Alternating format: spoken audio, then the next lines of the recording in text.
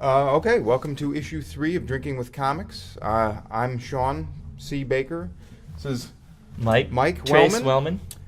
Nice. It's number 3. Actually, there was some question as to whether Joe.Baxter's brother actually thought that when I introduced myself in the first issue that my name was Shaughnessy, which it's not. It's Shawn C., which is a little pretentious to use the middle initial, but I mean, whatever. I mean, here's the thing. If you remember the show Silk Stockings from the 80s and 90s, it was like a late night, like... USA? Yeah, right? Mm-hmm. Well, the guy on that was Shawn Baker. So now I know he was African American and I'm not, but I would go places and be like, Shawn Baker, are you the guy in Silk Stockings? And I got tired of it. So I was like, I'm just adding the C. Wow, people followed Silk Stockings? Yeah, it was like lost at the time. I know whenever I have dreams about Shawn, I call them Shaughnessy's. It's like a fantasy meets Shawn. So you heard it here first. And so did I. And I'm not really that I've been meaning to tell you that. Cool. I thought I'd wait till the 3rd episode. It's all good. So this is issue 3. We've been away for a couple weeks. We had a little bit of technical problems with number 2. That's all troubleshot, or been troubleshotting? No, we haven't been drinking yet, if you can believe that. It's just been a long day. So, to begin, I would like to introduce the beer we're going to drink this week. This is the Sam Adams Winter Lager. So, Sam Adams, they're fine with me. I'm not a huge fan. Some of the more specialty beers they've been doing lately I've really liked. This particular one, thank you, sir. It's a really good beer. It's got a nice color, a nice body, a nice taste. I mean, that's what it boils down to, right? Can I just read this a little bit? Yes, please. Without tasting it, but it just kind of wets the taste bud. German brewers may have been onto something centuries ago when they created the bold, rich Bock beers for the winter. For our brew, we created a drink. Wait. A dark. My new glasses. A dark weak box, subtly spiced with fresh ground cinnamon, ginger, and orange peel, for a deep, smooth flavor that's perfect on a cold winter's night. Cheers. Cheers. Joe.Baxter, cheers. I didn't introduce Joe.Baxter, but he is here. He's behind the camera. It's good. I had no complaints. It is. Now, I want to point out, this is the end of winter. We have sprung forward, and we're in the spring. And if you're in the Midwest or the East Coast, you're still in winter, and you should be enjoying a Sam Adams Winter Lager. Yeah, we should be sending this to you because, the polar vortex or whatever that is there, and it's been 80 degrees the last 2 days here, and yeah, we're here now. We have this winter beer, and we should drink it all before it's spring. Yeah, because it's almost gone. When I found this, the other day in a Vaughn's, and I couldn't believe that it was still floating around. So I was happy. I thought, what can you tell us about Sam Adams? He was a president, wasn't he? Wasn't he one of the presidents? Or he was the 89th president. Okay. And he ran on a completely drunken platform. Are you serious? Are you kidding? I'm just being a complete jack. He wasn't 89. No. There's only been like 40. Sam Adams was the... No, that's He's John one of the forefathers. Forefather of beer. I'm thinking second president? No, that's John Adams. Somebody out there knows this better than we do, so we should probably just let them. Yeah, I was going to say, let's put it this way. My history is super bad because I fill my head with other stuff like, comic books and beer, right? So it pushes the history out. So let's talk about what we know. Yes. Comics. All right. Shawn, you. So we like the beer. Joe, do you like the beer? All right. Thumbs up. Ooh, 3D. Nice. So we actually started a Facebook page, and we started a forum on the Facebook page, and we're going to superimpose the address here somewhere in post. But so we have a forum, and anybody that wants to ask us questions, please do. We actually received a question pretty much the day or the hour that the forum went up, which I thought was awesome. And so I wanted to go over the mail. We can make that a regular feature, provided we get some mail, so please mail us. So Anthony Baracco in Chicago asked, he has a 9-year-old daughter, and he wants to get her into comics, and he doesn't really know where to start, so he wanted to know if Mike or I could recommend any books. And yeah, I think we can. So thank you for the question, Anthony. Mike, now you run the store, so you have a better idea. I know you guys kind of have a section for... not kids' books, but kind of... all ages, we call it. Okay, there you go. That question kind of hit me. Like, I wasn't ready for, that, but I'm ready. I can answer it. It's a great question. And what's his name again? Anthony? Thank you for the question, Anthony. We do have a section. We've designed our store at the Comic Bug here in a way that basically it starts with an all ages section, and I say all ages because I'm 40 years old. I enjoy some of this stuff. So do I. That's in the all ages section more than some of the hardcore indie stuff that's over here. But anyway, so we start with that, then we go into movies and media. So, if she's a fan of Buffy or something like that, we have Buffy comics. Then you get into the Marvel DC, which is the mainstream stuff, which a lot of it's not as kid-friendly as you might imagine. But they do have some, right? There are some, and there are some that are especially published for kids, like Spider-Man Adventures and there you go. The Ultimate Spider-Man. There's Batman Brave and the Bold, and I think The Batman, which is lasted like 5 episodes as a cartoon. Then we have indie comics. So basically, it's like the 9 circles of hell here. I hope, because I'm probably going, and if it's all comic books, I could spend eternity there. Totally, cool. Yeah. I mean, we like to start the kids out on the outer circle, which is Amulet and Bone and Hero Bearing Kid, along with a lot of things you're familiar with from other media like Scooby-Doo, right?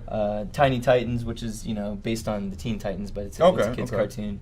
There was a Superman Family Adventures. There's a ton. Like Marvel and DC do a pretty decent job of publishing comics for kids, and then I really like to turn the kids on to things that you don't get anywhere else except for comics, and that's like Bone, right? Which is sort of a Pogo meets Lord of the Rings. Yeah, I've never read it, but I know I worked at a bookstore for 5 years, and that was in like the children's graphic novel section, and I remember it from back in I want to say it started in the 80s or 90s, and I think it was just an indie book, right? Yeah, it was black and white, along the lines of Cerebus, but probably not as heady. Yeah, it was. I think it's interesting because it was published as a black and white comic, which then and now is not traditionally something that kids would pick up, right? And somebody at Scholastic saw the value in what Jeff Smith was doing. It won a lot of awards as a comic. Okay. And then they repackaged it as a full color graphic novel, and I mean it. I'm not gonna lie. Like I never read it as a black and white comic. It just it didn't appeal to me. But in this case, and we're gonna talk about reissues later.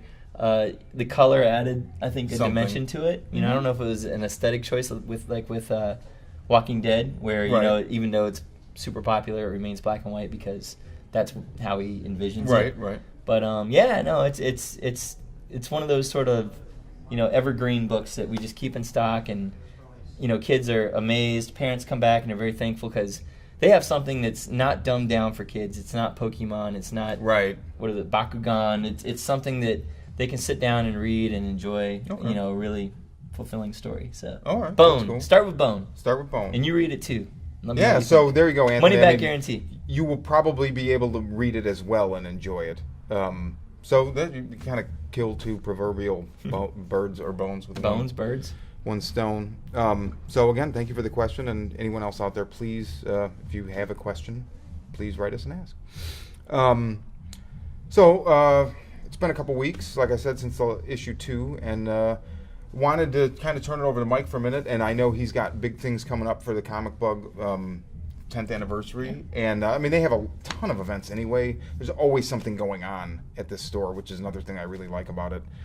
So I figured, if you have any announcements. First I want to say thanks to Andrew Robinson and the Father Knows Best band. We had the 5th Beatle event last week. Oh, right. It was really cool. Andrew sold out of the books. He sold out of ours. He sold out of his. We have 20 more pre-orders on the way. The band came down and they played like a 90-minute set of Beatles covers. Oh, wow. And it was really cool. So thanks, Andrew. Thanks to Michael Monaghan and the Father Knows Best gang. So if you missed that, never fear. We have more. We have more coming. It's our 10th anniversary at the Comic Bug this year, and we've got probably one of the most awesome creator groups this on the 22nd, Saturday, March 22nd. We're going to have Ross Ritchie. Oh, the Boom, right? The founder of Boom, yeah. So he very cool. I think he might have produced the Two Guns movie as well. Oh yeah. I think it was first a Boom comic. They just announced today that they signed a first look deal with Cartoon Network. I know there's a lot of people in the community that want to be comic creators or even filmmakers or storytellers of any kind, and I encourage them to come to this meeting because Ross is the kind of guy he kind of started it himself, and he's if you wind up at Boom Studios with your idea, he's the top. He's the founder, CEO. Right on. And he's going to be taking time out of his schedule to come and talk to the creators. That's pretty awesome. Yeah, man. Saturday 4 to 6. So you'll be here, right? I may be working. Hopefully. Okay. So hopefully you can be here. And then I know you'll be here March 29th. Yes, you couldn't keep me away with a chainsaw. From 1 to 3, we're going to have a favorite creator of both of ours, David Lapham, will be here. And he's going to be premiering Stray Bullets, Killers, and also re-releasing all the old Stray Bullets stuff, which is amazing, fantastic comics. Some of the best storytelling. Each issue, it's kind of like the Twilight Zone of pulp fiction, where that's it's like that's a really good way to say it. Oh man, each issue, like you watch Twilight Zone and there's always like a twist that you never saw coming. Like each issue of Stray Bullets ends with a punch to the gut that you couldn't block because you didn't know it was coming. You didn't know it was coming, where it was coming from, and yeah, and that's what I love about that comic. Yeah, it is such a good comic. And we talked about it last issue, and I could just sit here and talk about it again because I'm rereading it, and I was telling Mike earlier, it's actually written completely out of sequence. He jumps around, so it starts in like 1996, which I always kind of thought was probably maybe like near the end of the story, or at least with those particular characters. And then the second issue immediately goes back to 77. And it just jumps all around. And there are cultural references, too. So when you go back to 1977, they're in line to go see Star Wars. Yes, they're in line to go see Star Wars. But it really just... Oh, man. I don't know. I won't go off on the tangent, but it's kind of cool. Like, some of it takes place in L.A., and I bought some of those. And we're going to talk about Stray Bullets for a minute, just because we must. No, it's fine. But I bought the early issues. I still lived in North Carolina when I bought them, and there was a strip club on Century Boulevard. It's gone now. Oh, tell me it was Roscoe's. No, that's chicken, isn't it? Isn't that fried chicken? No, yeah, but in the there book, a Roscoe's in the strip book, club? When they it was girls, nudes. Yeah, but I think it was Bosco. Maybe it's Bosco's. But he Bosco's, used that actual sign, and it was from that strip club. That and is so awesome. Yeah, I mean it's seedy stuff.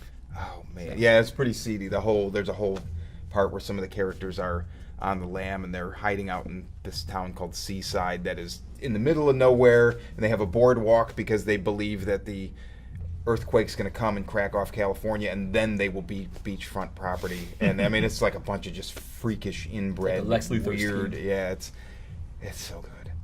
Oh man, dude, you guys, just the event. It's a lot of good events. Yeah, That's and awesome. I have some stuff I can't talk about yet, but we will talk about it after the 22nd. All right. Because there's something happening on the 22nd.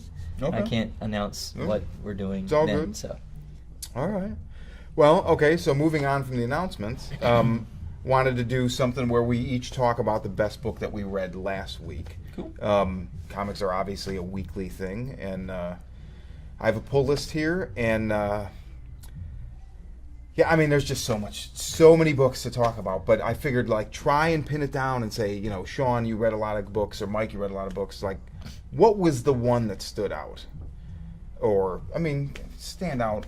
I don't want to say it was better than anything else, but what really slapped you upside What hit us this week? Yeah. So you want to start? No, okay. I've been talking too much. So I had grabbed the first issue of a book maybe 2 months ago that I saw on your stands, and just tried it out because it looked kind of indie. It's called A Voice in the Dark, and I like the first issue, and there was an interesting blurb on the cover from Terry Moore, the creator of Rachel Rising and Strangers in Paradise, and the blurb basically said, like, loved it, reminded me of a cross between Dexter and Strangers in Paradise. Super, like, he nailed that. It's exactly kind of the tone of the book. So I bought the second issue, then the third issue came out, and I actually missed it on your shelves. I found it on eBay. Got that, and then just picked up the fourth issue today. But what I did not know, so I love the book. It follows a girl, she just graduated high school, and she murdered somebody in her class because this person socially harmed her best friend and caused her best friend to be thrown out, or like her parents threw her out and just ostracized from the community. So the main character, Zoe's parents, adopt this girl, her friend, so they become sisters, or half-sisters, or however you want to say it. Zoe graduates, goes away to school, and she thinks that leaving this town and leaving these people behind, she's gotten away with the murder, and she thinks that going away will kind of stave off what she senses has awakened in her, which is an appetite for killing. And it's just a lot of dialogue-heavy book, awesome dialogue, very Strangers in Paradise, very snappy, crisp. So I went to write. I write a comic column on for this online magazine called Jupe, Jupe.co, and I went to write my column last Saturday, and I started Googling around because I really didn't know much about A Voice in the Dark or the creator, Larime Taylor. And what I did not know about Mr. Taylor is that he's disabled. I should have written it down. I could not tell you the name of his disability, but he basically does not have the use of his arms or legs, and he draws, writes letters, tones the comic on a special light board. I forget the name of it. We can like a Cintiq or something. Yeah, that's exactly okay. It's Cintiq. But he draws it with his mouth, and I mean, it almost made me cry because the book is already amazing, and then it's here's this dude that is life has handed him all these bad cards, and he just seems like he's I don't care. I'm going to do what I love, and it's awesome. So. Yeah, that was the book last week. So I'm kind of behind. So I should have read 4 last week. Mm-hmm. So the book that hit me the hardest last week didn't come out last week, but that was the one. I mean, it's a great book, and then because of that, it was even better. Well, I haven't read it, but I will speak to Mr. Taylor's dedication to the book as far as, it comes out, I would say, almost monthly. I put it on the shelves. And, what you said, as far as he draws it with his mouth, and I got to applaud him for doing whatever he does to get it done, because there's a lot of creators out there that, either they get a hint of the success that they wanted or they don't or whatever, and there's all these excuses why they don't produce or, why they can't make it happen. And here's a guy that shows you no matter what obstacles are thrown your way, you just overcome it and you do it. And, right. Heads up to him. Yeah, man. I mean, absolutely. So. And I did notice when I was on his website, he has a Tumblr and I forget if it was a WordPress, but like LarimeTaylor.com or .wordpress.com. He was asking people basically, and it was the same story as Rachel Rising and Terry Moore. The orders, I think it tends to sell out, but I don't think shops order that many because people are not apt to buy black and white comics, like Mike said earlier. And especially now, and he goes out his way, it's a very female-centric book. The women in it are not the Marvel DC women where, they have these insanely hypersexualized forms. And, I mean, they're very real-looking women. There's a lot of...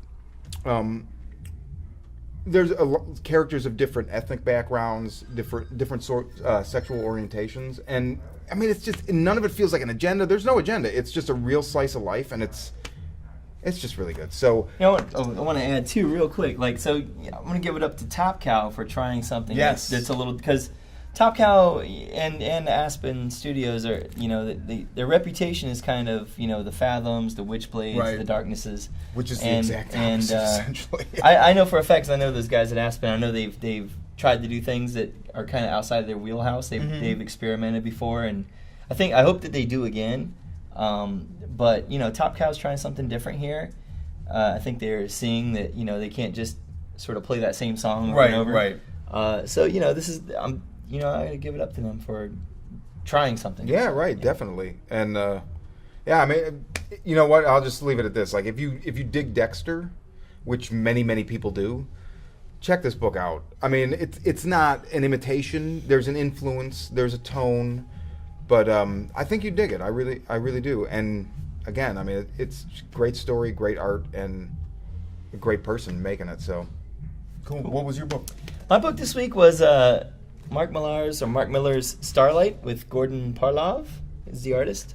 And I don't know if you know this about me, but Flash Gordon, I think, is the greatest story of all time. I did not know that. I love Flash Gordon. I mean, it's very simple. Earth is in danger. World champion polo player goes to a faraway, planet and meets lots of beautiful exotic space aliens. Gets distracted and Earth gets destroyed. Kill their dad and save the universe. So that's kind of where this story begins. Flash forward, 30, 40 years later, he's back on Earth and sort of, in his mind reliving the glories of yesteryear.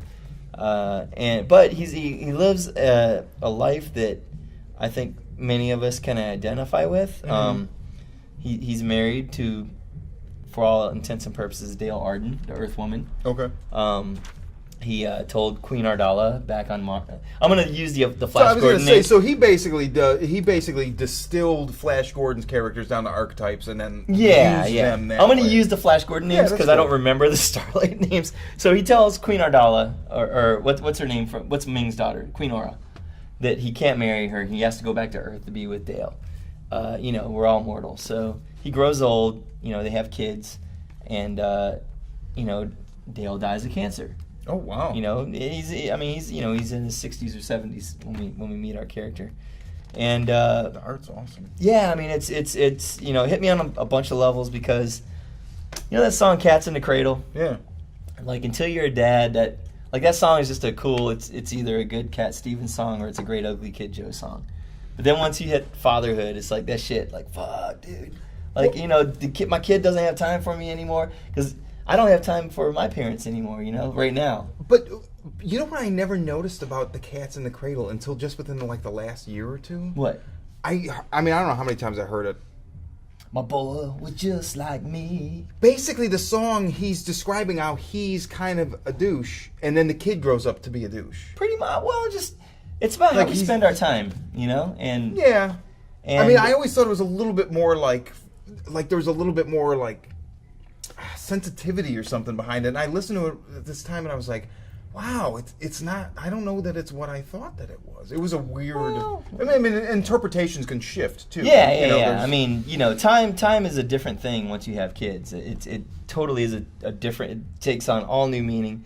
And with Starlight, bringing it back to Starlight, he's got these two kids, his wife of 30, 40 years has just died. And one of the big sort of plot moments is the two kids figuring out, okay, well, who's going to take on the responsibility of taking care of Dad? Flash Gordon, this hero, right, who saved worlds, who's old and right, at a point where probably he needs people. That applies to our war heroes. That applies right, to our parents. Applies to so many. It hits on so many levels. Right. I was like, shit, because I'm the same way. I'm with my dad and my wife's dad, who we put in an old folks home, and he was like Liberace's marketing director. Oh wow. Back in the day, but it's like wow, and it's really hard to make time for people. Yeah, it is. And if your dad was Flash Gordon, it wouldn't be any different. Actually, I mean, you just sold me the book. I was interested anyway. Millar's a little mean sometimes in his writing. He is, yeah. I've been enjoying Jupiter. What the hell is it? I just got the new one in here. Jupiter's Legacy. Which I can already tell there's similarities between this and that. Not the father's. Well, yeah, actually, it's the parental thing. But some of his stuff, yeah, there's some. I mean, I really like him. I mean, Ultimates 1 and 2. I call Mark Millar the Billy Corgan of comics. I've heard you say this before, and it's because I think Billy Corgan is an amazing songwriter.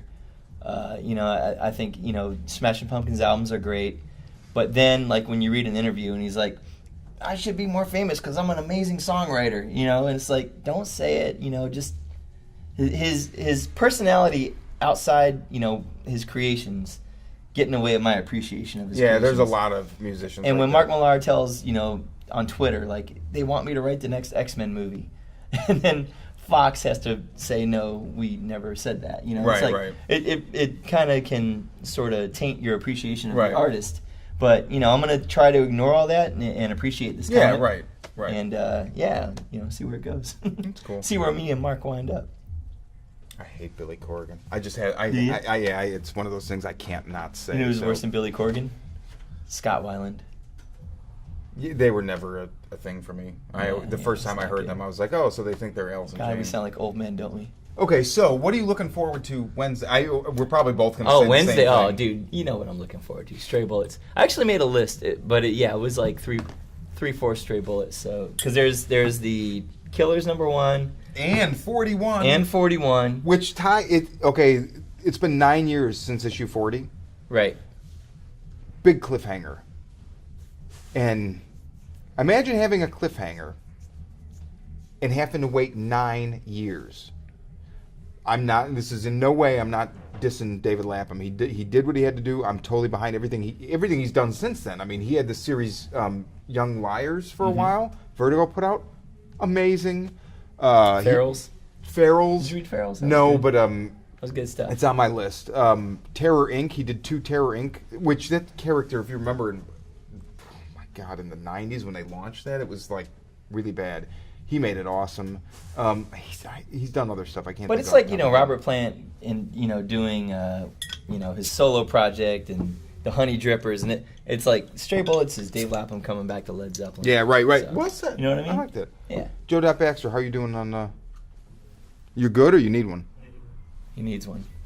He's trying to keep his this voice episode down. is terrible. He's trying to keep his voice down. You're here, dude. You're part of the fabric of the universe. Somebody. Do the girls need beers? I think we should offer them beers. I didn't bring enough. Oh God, I'm sorry. Well, I have beer in the fridge in there. No. Oh. Okay. Joe. Just throw it. Wait, you should have a girl bring it to him like Anna White. That would be good. Future reference. Can you write that as a letter so we can put it in the next episode? Why don't you have girls bringing the beers? I mean, we do have pretty girls here. It's, we don't have to keep them off camera. It's true. Okay. And Daniel, too. He's pretty. Okay, so Stray Bullets. So I'm that's the I've one. been waiting. Although I will say Batman number 29 is coming out this week. So I'm excited about that. That's nice. Is he still doing the Year Zero thing? Or? Yeah. It's kind of entering the phase 2 of Year Zero. So, but yeah, that's happening. What else is coming out good, Dan? What are you excited about this week? What's that comic that came out last week that you liked? Oh, Tales of Honor? Tales of Honor. I want to give a shout out to Daniel and Tales of Honor. What is Tales of Honor? Daniel, can you tell us what Tales of Honor? You want to come on real quick and talk about Tales? Oh, come on, dude, real quick. You get a beer. Come on, talk about it. It's like I've never seen you so excited about a comic. Sit down. This is Daniel. Hi, Daniel. I'm not excited about the comic per se. It's actually based on the Honor Harrington series by David Weber. Right. A well-known, sci-fi, like a heavy actual sci-fi book where where space battles literally take hours because you shoot a missile across one way. It takes like half an hour to get to you. And That's pretty cool. And the whole idea isn't necessarily to dodge it or something like that. It's to trick it into it's like using electronic warfare and tricking it into either missing you or exploding or going off in total different directions. He's really heavy on the sci-fi stuff. Well, I mean the tech stuff. Right. Like he'll spend half a chapter explaining how their hyperdrive works, which isn't a hyperdrive. All right. So now this is spinning off of these characters, this comic. Yeah, they're taking. It's kind of like the way they did the Stephen King stuff, where they're adapting the books into comic book form. Right. They did that with Dark Tower. And Stand. Right? Yeah, Stand. Is this a Top Cow book? Yeah, Top Cow. So they're also working on getting. Top Cow again. They're also working on getting a movie out in 2017. So. Maybe it'll happen, maybe it won't. Something like Ender's Game style. I was just going to say this was clearly greenlit the second that Ender's Game hit exactly. the screen. Well, nowadays everything's up for. Yeah, that's true. I can make a comic right now, get it in previews, and it will already be auctioned by Hollywood by the day's end. Just don't give it to Michael Bay. I said that so many times. Just don't give it to Michael Bay. All right. Back to Mike. All right. Good job, Daniel. Sure. So that's one of the men behind the magic there that make the magic happen. And that's his comic. Okay. Cool. So that's this coming Wednesday. We're talking about what's coming out. So in the weeks since the last issue, there's been a lot of news. And actually it's good that Daniel brought that up, especially the fact that they're looking to launch a movie from that series. Because comics now are really feeding Hollywood, obviously. Mm-hmm. I mean, Marvel rules. DC's doing some stuff. If you can't tell which way my prejudices lie. So one of the things I want to talk about kind of I thought between, especially now, between every time we do this, every issue, there's announcements and there's, new projects being greenlit and it's being announced. And there's sites like Latino Review and Ain't It Cool News. And it seems like every day there's something new. So I want to talk about a couple of them. Okay. If you have any, I have two specific ones. Mm-hmm. If you have anything you want to add, please do.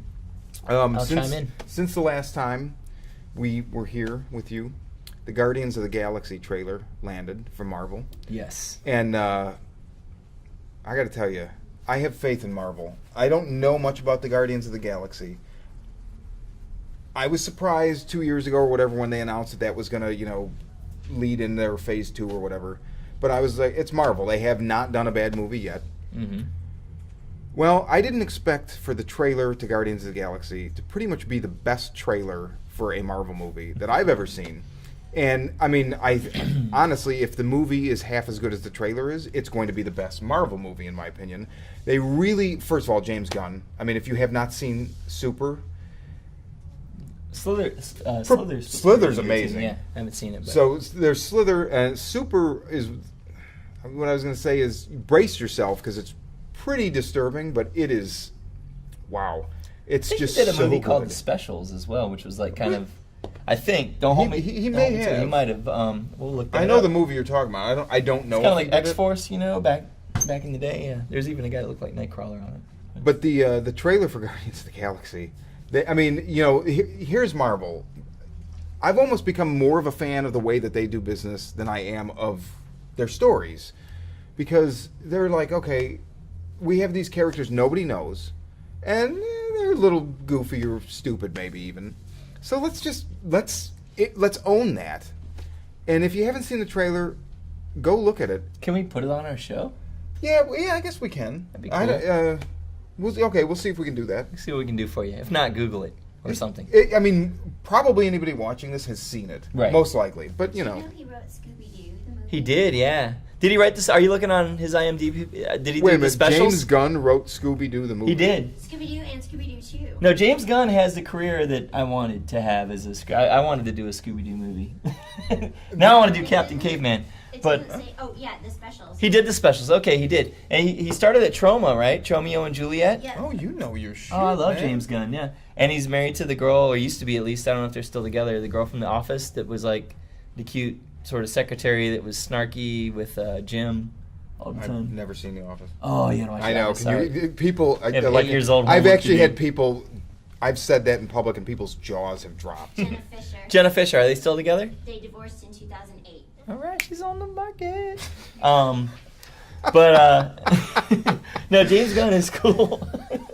And It's amazing. that Guardians trailer looks like a lot of fun. Looks like it harkens back to like that sort of 80s fun sci-fi. Yeah, like it's funny. It's like they're like, it's going to be cool, but it's going to be funny first. Yeah, and it'll be fun. They just own it. It's so refreshing.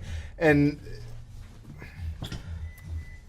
the other companies' movies are trying to go darker and darker, which is cool. I'm all for the dark superhero thing. But I don't know. It's cool that Marvel can be light and dark. They just have their tone down so perfect, and it's just so refreshing.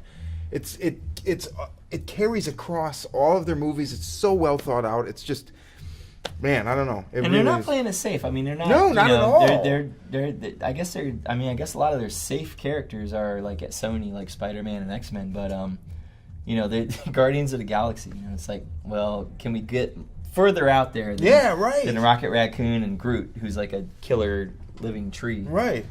So I gotta give it up to I'm giving up to a lot of people tonight. Yeah. I feel very giving tonight. Good. I gotta give it up to Joe.Baxter for coming down here every couple weeks and just watching us ramble. And then spending hours editing it. He's plotting. Oh, is he plotting? Yeah, he's Okay. plotting. But that's cool. Not to out you. You just gave me a look. Okay. But yeah, Guardians that's going to be the movie of 2014. Yeah. You heard it here first. So the other announcement I want to talk about, and this is huge. AMC greenlit a Preacher series with Seth Rogen and Evan Goldberg as the showrunners or whatever, writing it. I don't know if they're going to direct it. We've talked about Preacher here before a little bit, I think. It's amazing.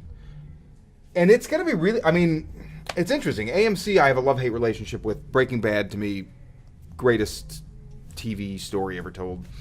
Such high end, just so good. Walking Dead, not so much. Love the book. Show's so uneven, constant showrunner switches and blah, blah, blah, blah, blah. When it's good, it's really, really, really good, and then it's not so good for a while. I know a lot of people love it. I'm not saying that you shouldn't, just from my perspective, primarily because I've been reading the comic for so long, and the comic is just consistently so awesome. Every single issue is amazing. Anyway. It's weird though, is like when Robert Kirkman writes an episode, they tend to be the worst episodes. But he writes the best comics. The comics are better than the show. I have noticed. I mean, obviously, yes, there's a question by my wife. No, maybe some insight. Well, I read a sort of insightful article that when Robert Kirkman he's the showrunner now. Mm-hmm. Oh, that's right. And He is the has showrunner. no experience as a showrunner. What he has experience as is writing Okay. the comic. So there seems to be a disconnect between his writing the comic And the his- show. because they are two very different things. Oh, yeah. And you cannot easily meld them. It makes so much sense. And I mean, I've heard people complain about the Walking Dead comic in that, like, oh, there's not zombies and there's stuff that nothing happens. And admittedly, I think every issue is a gut punch, but a lot of them are really subtle, and it's like interpersonal stuff. It's not like, oh, zombies got into the farm and set it on fire and ate the cat or whatever. A lot of it is really the relationships between the people, and it translates to the show, but only to a certain degree, because the show, by the nature of the fact that, I mean, the book takes 10 minutes to read. Mm-hmm.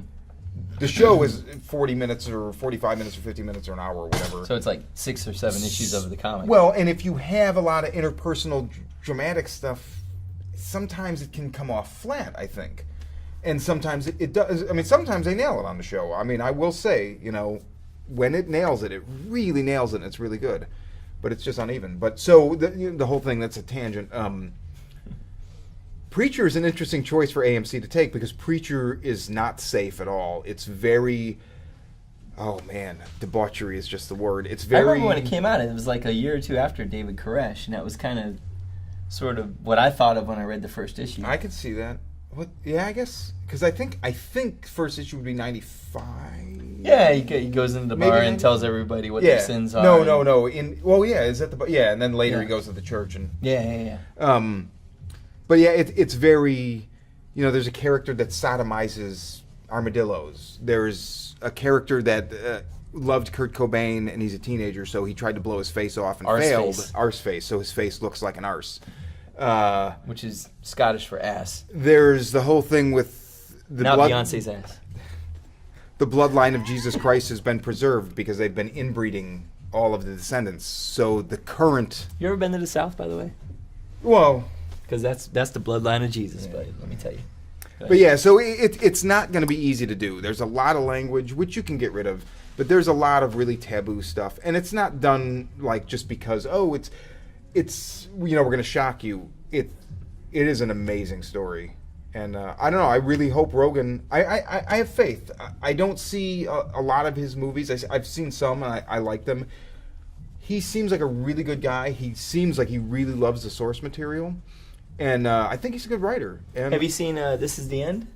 No, everybody's been telling me I should, and it's I a good not. movie. I want to say, because Seth Rogen, he's an actor. Evan Goldberg, what has he done? I know nothing about him. He's I think his he was creative part. Kind of his writer, right? Yeah. So he had something to do with. That I think movie he you had just something to do mentioned. with This Is the End, and that's a smart movie. I mean, it's dumb, it's fun, but it's smart on a few levels too. It's very meta, right? I mean, they basically. Yeah, I mean, they play themselves Yeah. as actors, but there's some really good moments in that film. And what else did he do? Anything else? Well, I love having a science officer on the show. Yeah, that's kind of cool. It's cool. Well, he's got a lot of good producing credits, but one of the writing credits he has that made me go ew is the Green Hornet. Oh, Green Hornet. Well, they did do that. I mean, that was probably done by committee. Yeah, although We're gonna give him a pass on Green Hornet. Okay, he also wrote This Is the End. This Is the End. He wrote it. Okay. Pineapple Express. Oh, Pineapple see, Express. Pineapple Express was the one where it was like, other than Freaks and Geeks, Pineapple Dude, Express. they do a is sequel. So good. And This Is the End. Spoiler alert. They do a sequel to Pineapple Express. Tell me no more. Yeah, just watch it.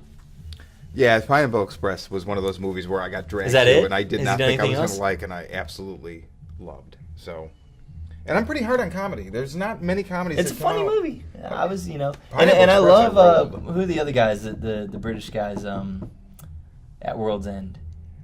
Oh no, World's End. Oh yeah, that's Simon Pegg and Nick Frost and Simon Pegg and Nick Frost. And I Edgar love those Wright. guys, and I like Hot Fuzz was great. Yeah, Shaun of the Shaun of the Dead, Dead, right. fantastic. At World's End, I think had the unfortunate circumstance of coming out about a month after This Is the End. I was just like, oh man, like the first 20 minutes were good, but I was just like, I couldn't wait for it to end. See, I loved that. I loved World's End. And the reason why I can never remember the name of the Seth Rogen movie is because I was so looking forward to World's End that when This Is the End came out, similar titles. It just Right. Well, it's. I mean, they're both slacker stoner. Yeah, right. Views of how the apocalypse happens. I thought At World's End, I think, was my favorite of the three: Shaun of the Dead, Hot Fuzz, and At World's End. I'd have to see. It's Shaun of the Dead. I own it. I've seen it a handful of times, but I really like At World's End. You got to see This Is the End because I think it's better. Ooh. But I think Shaun of the Dead is better than This Is the End. So. Apples and oranges Yes. kind of thing. You agree? Oh. Okay. Okay, so wait, did we do? Yeah, no, that was it. Did you have anything you wanted to add to the I'm excited about announcements? Preacher. Again, those guys I think get at least the humor parts. Yeah, of Preacher. right, definitely. I think the framework is all there. They probably could get 4 or 5 seasons. I think they should not milk it and just keep it going. I think they should say, okay, like Breaking Bad, Start here, there's end 4 or here. 5 seasons, Boom. and this is Yeah. the journey. And I think that's what they're gonna do. That character definitely has an arc, and there's definitely a story that's told that has a finite sort of thing, Right. And I'm excited about it. I think it's gonna be great. Yeah, I really do. We got there's a dance studio next door. They're just getting tense So because sometimes our in conversation. Between, in between the I gotta conversation, turn it up. you'll hear some beats. So it's not our theme music. If you Could be. I guess it could be. So don't do that. No, go ahead. I'm just kidding. So now another thing I want to talk about in this issue, and my wife actually brought this up in a roundabout way. Huge fan of Sam Keith's The Max. It's a comic from the 90s.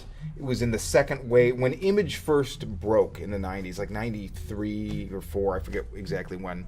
There was Spawn and there was Youngblood and Wildcats. Savage Dragon, and Shadowhawk. And Wildcats. And then Wildcats. Then in the second wave, there were a couple other things that I'm not going to remember, and there was The Max. And The Max. Hit. Yeah, right. Some of those books. Honestly, 2 obviously, issues that guy got. obviously the creator was like, I worked on the Hulk. Dale Keown. Mm-hmm. I worked on the Hulk, so the Pit kind of looks like the Hulk with horns. I don't know. I never read it, so I don't want to diss it. The Max was the title within the whole beginning year or two of Image, where everything else seemed kind of derivative of where the creators came from. What they were working on in the big companies they split off from. The Max bears no resemblance to anything that has ever been or ever will be. And it is just a crazy, awesome book. It's super heady, super psychological. The superhero element is almost barely there most of the time. And it's just kind of one of those books that ran its course. It went maybe 35 or 40 issues. Really good. And then, it's been, 20 years or something maybe since it's been on the stands. Well, IDW is a company that they cut their teeth with a lot of properties. They have Transformers, they have G.I. Joe, they have not Buffy's Dark Horse, Star Trek, I think. They have a bunch Star of Trek. They did their other stuff is Lock and Key. Lock and Key is the 30 Days a Night. Right, Yeah. right. Lock and Key obviously being their big original. Most recent one, yeah. But so they do a lot of reissue stuff, and I don't always pay attention to reissue stuff because usually if it's something I'm interested in, I've either read it or maybe it's collected in some other way, whatever. But my wife pointed out, The Max is being reprinted. Are you reading it? I own the whole series, the original one. So even though the IDW is remastered, the art is all Sam Keith himself is overseeing this transfer process, and they're bolstering it and whatnot. And the books look great. Mike is sold out currently, so I don't have one to show you. But I'm going to tell you something. I just wanted to say, Should've ordered more. reissues is an interesting thing, and as we get further and further into shorter print runs, and even, there's stuff from the past that you forget about, and, this is almost one where I think a lot of people didn't read it or don't know about it, and I just wanted to say, reissue-wise, I want to bring up the topic of reissues, great basically, topic. and just say, if you haven't read the Max, maybe check it out. It will probably blow your mind. It's another book. It gets pretty dark. So you might want to prepare yourself. But so, you run the shop. What else is going on in reissues? Well, I did read the Max when it first came out, and I watched the cartoon, and I didn't stick with the Max. And I, honestly, I probably won't reread it this time either. But I think it's a very valid sort of thing. He's recoloring it. It's called the Max Remastered or something like that. Yeah, right. And when you're making comics, you're just doing everything you can to make the deadline and make it as good as it can be. So now he has the luxury of actually spending 20 years with the material, and Sam Keith, his style has developed much since when the Max came out. So he can actually add the color techniques he's learned as an artist, and I think he's only gotten better. Yeah. Like some artists, they get worse, but Sam Keith has gotten better with time, so he can apply what he's grown into to his old work. That is the thing that he did that had the strongest legs. I think that records are reissued, with bonus tracks and studio cuts. Right. I think more and more these days. Movies are reissued. Probably the worst example is the Star Wars trilogy, where Lucas is like, we weren't able to do everything we wanted to do when we first did it, so we just added the CGI job. No. Anyone that's so but it doesn't always turn out the best, but I think every artist, especially while they're alive, should be given the opportunity to revisit their work. And if you can find a publisher that believes in that work to do it, hell yeah, dude, let's do it. And comics, it's kind of rare that a comic reaches the level that it gets reissued. Right. And there's several comics from the past. I wish there's a comic What do you wish was reissued? Warlock 5. And it's one of the and 6 from Sirius too. 6 from Sirius is my favorite, sort of growing up comic. But Warlock 5 was Terminator. It was punk rock. It was dragons in medieval age. It was everything. It was about these people and it's very very influential on Guns Ablazing, by the way. But it was which is Mike's comic, which I've been wanting to bring this up. We'll talk about that. We later. won't tangent into it. Yeah, now, we'll get Raphael on for that show. But Warlock 5, it's about these warriors, these time warriors that fight over this thing called the grid, and the grid can open up any dimension. Ooh. And time frame and yeah, dude. It looks like there's a Terminator, skeletal Terminators. Right. And there's this girl with a mohawk who lives in a post-apocalyptic society, and this dragon. Denis Bavouille, and that's French, so I said it wrong. That's the creator? No, he was the artist. Okay. And I think Gordon Deary was right. It was Canadian. Okay. But, is this 80s, 90s? Yeah, it was 80s, dude. I'll show you. I'll bring some on next time. We'll talk about it. There was so many good indie books in the 80s, man. Elf Lord, remember that? Elf Lord? No, not Elf. Yo, Willie! No, not Elf Lord. There was an Elf comic in the 80s, too. There was something for everybody in the 80s. We do have a question from the Facebook audience. Really? Oh, what do we got? Scott Ricketts in Ohio wants to know why you're so up on the Max, because Joe Quesada is the only person to take 8 years to finish a miniseries. Wait, are we live casting? No, I don't think so. Well, this is crazy. What is going on? Joe Quesada's the first person. Oh, wait, I know what happened. We tapped into the grid. Shit. So in some dimension, we're actually... We're in the future. So this is the future talking back to us. So is this somebody we know? Is this somebody you know? I hope so. I've never met, but I know through the internet. So, okay, what's he want to know? He's a good guy. Well, he said, let me go back to say his first comment is that fuck you guys. He's like, the Max, you kids, I bought that because I loved Sam Keith's inking on the original Mage. Is Rob Liefeld's X-Force pretty good? Oh, no. This guy is No. This guy's older than us. No. And we're old. Where's Lucas? Come on, I need a. Are you like overdub. typing the shit we're talking about on the Oh, internet? my God. Is that what's going on? So that's how he knows. Yeah, and people are talking back and forth to me. Oh my God. Okay, that's awesome. So we're getting You and can't I'm like tagging everybody. Tell everybody we love them. No, and to calm okay. down. You cannot. I don't want to go on a diatribe, and I don't want to say anything bad about Rob Liefeld. Then why are you about No, to? he's I'm saying not going to. He's saying that there's no justification for Rob, but he's putting the guy from the Max in the same. No, see that's the thing. Like the Max is not that. The Max. No, Max is different. And now, okay, so. But I will say Rob Liefeld's been more productive than Sam Keith. Maybe. Created Deadpool, which is hot now. Well, yeah, it's. Yeah. I'm no fan of Rob Liefeld. But.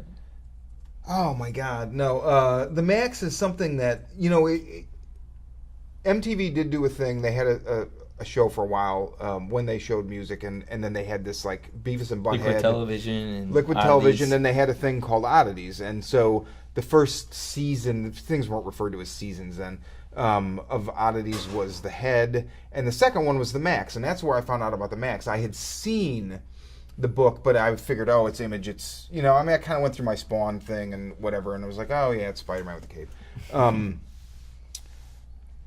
The Max... So what Joe Quesada thing is he talking about that took The Max surprised me because The Max goes... He says that he was a crap editor-in-chief. Well, The Max undermines the superhero thing by going...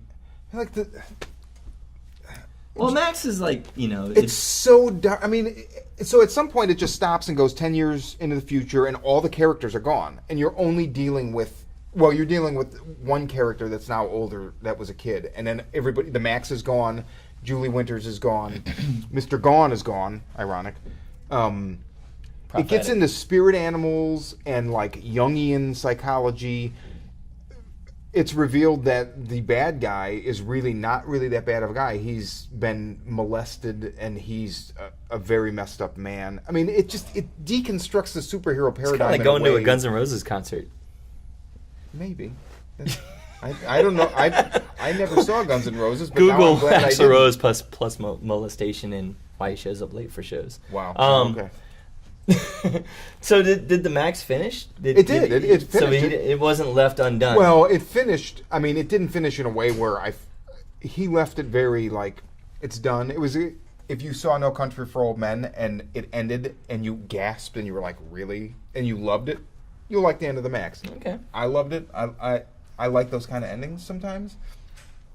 It leaves a lot open for interpretation, and with No Country, in my mind, like good analogy. Like No Country, I think for me ends 20 minutes before the end of the movie, which is what's great about that movie. Is like because suddenly like my mind started drifting. I'm like, okay, there's nobody here I care about anymore. Really? Oh, I was pinned to the end. Really? Oh, I was so pinned. I guess I was like attached to Josh Brolin in the movie. It ended, and has everybody seen No Country for Old Men? All right. It ended, and I felt like I had driven off a cliff. Like, where's the road?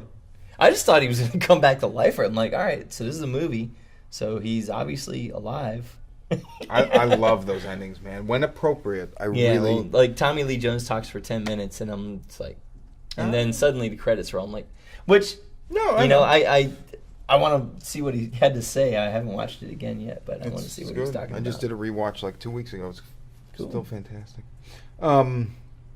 Yeah, I mean, but you bring up a good point with the reissues. Like IDW, obviously, they believe in the material, and they're willing to let him do this and publish it. And it's probably a low print run, which is fine. I mean, more and more what you're seeing is lower print runs because it's more cost effective, and a lot of the business is going digital, and so they should do lower print runs. Most of the companies are really good about offering, hey, it's sold out. Let's do a second printing. Right. Let's do a third printing.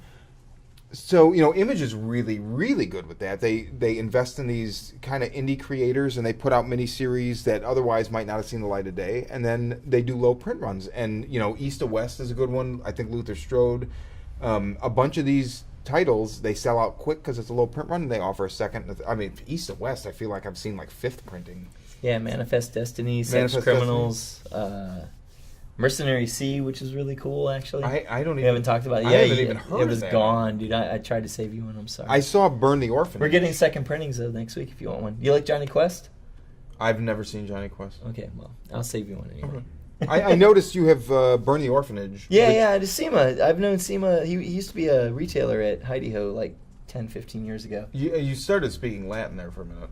And Seema is his name. And Heidi Ho is. Heidi Ho is a comic shop in Oh, Santa okay. Monica. Okay. And he was Robert Kirkman's editor for like the last 10 years. Oh wow. I don't know what that means. But yeah, so he's got his own little comics and stuff. So It looks cool. Cool It's like I had read something about it because Image was pimping it very hard on Twitter for a while, couple months, actually, like I don't know, October or November or something, and the title caught my eye. I didn't know anything about it, and then I read a review, and they're basically like, if you grew up loving Double Dragon and those games, and now I'm not a gamer. You know what? If you pull out an original Nintendo system, I'd probably play some Shadowgate or maybe some Double Dragon. Other than that, I just don't have the time. I don't. It's you do love Double Dragon. yeah, it's cool. But it's basically like a book geared towards like kind of like let's do the Double Dragon thing as a comic. Right. So that kind of interested me. I like that. I like that. So Yeah. but I saw that. So there's another print run of that because that sold out super fast. I don't know, reissues. I don't know. I would like to see. You know what I'd really like to see? I've read about so many damn times. Grant Morrison's Zoids. At some point, Grant Morrison wrote a comic strip. I don't even know what company. Like it was the for. old Remember like, toy Zoids was line? like pre-Transformers. It was these like dinosaur weird, things, right? like dinosaur insect-like robots that you like wound up or something and they moved. I had one when I Oh was yeah, a kid. I had a Zoid. So he wrote this comic, and then I guess like the whole, like money shot of the comic was the last issue. You see the Zoids interacting. I don't know if they're at war or whatever, and like this giant hand comes down and picks it up because it's a toy, and kids are playing with it. And these are meta themes Morrison explores, through many of his titles. But that's like where it starts. Yeah. And I've read about it. I want to read it. Spoiler alert: have you seen the Lego Movie? No. Okay.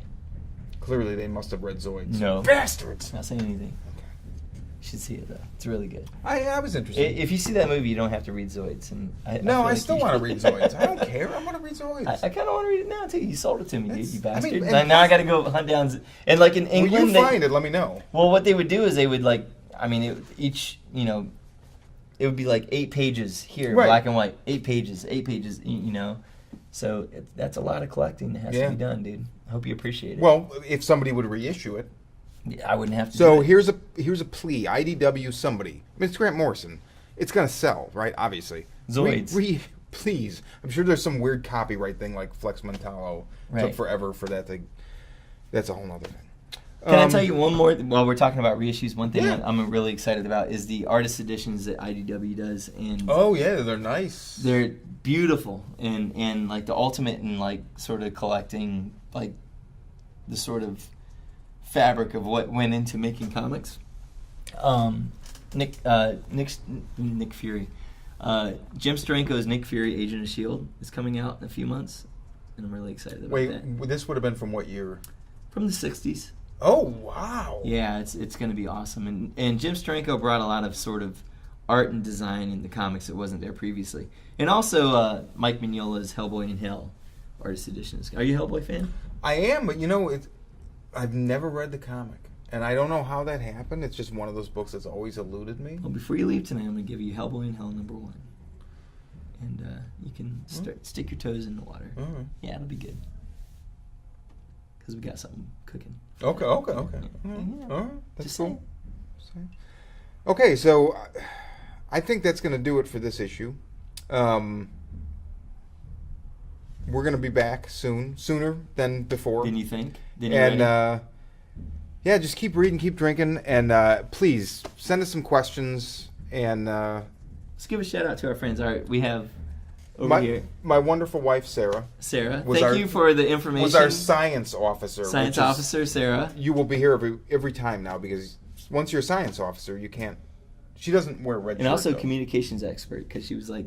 So getting she's like people Breaker yelling at from us. G.I. Yeah, it's Joe. awesome. Nice. You need And bubble then gum. over here we have Aaron. Thank you. And over here we got Joe.Baxter. Who? Joe.3 Baxter. No, version 3.0. just Joe.Baxter. And then next week you'll be .4. Okay, but keep drinking responsibly or resmurfably, as you once said. Swervably or whatever. And send us your mail and read some comics. Read A Voice in the Dark. Read Rachel Rising. Read Starlight. Read the Max. Starbright, First. the star I see tonight.